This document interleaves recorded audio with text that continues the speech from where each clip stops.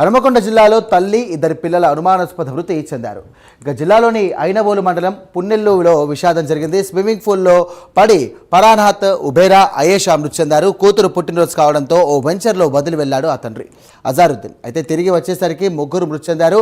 భర్త అజారుద్దీన్పై భార్య బంధువులు అనుమానం వ్యక్తం చేస్తున్నారు. ఘటనా స్థలానికి చేరుకున్న పోలీసులు దర్యాప్తు కొనసాగిస్తున్నారు.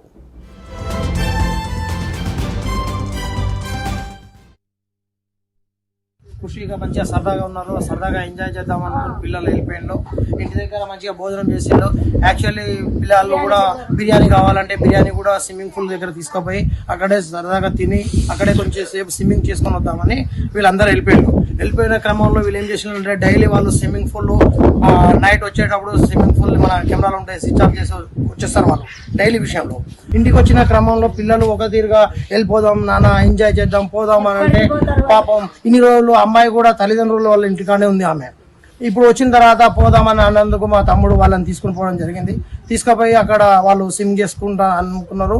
వాళ్ళు దిగిపోయి భోజనం చేస్తారు కదా అని మా పిల్లాడు ఏం చేసిండు, బాత్రూమ్ పోదామని స్విమ్మింగ్ పూల్లో బాబు మీరు వెళ్ళండి లోపలికి వెళ్ళండి అని చెప్పి మా బాబు బాత్రూమ్ వెళ్ళిపోయాడు. సరే వచ్చి చూసే వరకు నాన్న ఇట్లా పడి ఉన్నారు స్విమ్మింగ్ పూల్లో అని తండ్రికి సమాచారం అందించిండు బాబు.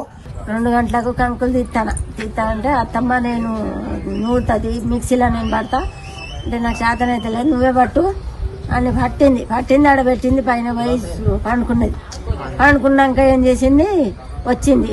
అయ్యో అది ఎంపినవా గ్యారెలు చేసినవా అని అంటే నేను చేయలేదమ్మా మావయ్యకు 4 చేసి ఇచ్చిన తర్వాత పిల్లలు వచ్చినాక చేయండి పిల్లల కానీ అన్నం పెట్టింది.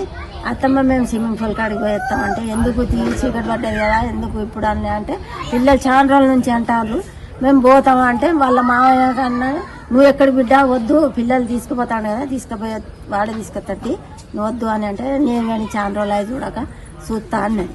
మాకు గారెలు వేయించి ఇచ్చింది, అన్నం వేసి ఇచ్చింది, అన్నీ చేసింది. వాళ్ళ మావయ్యకు కానీ అన్నం పెట్టింది, అందరినీ చేసింది. మేమేం తప్పు చేయలేదయా, మేము తప్పులు చేస్తే మేము చెప్పుకుంటామని.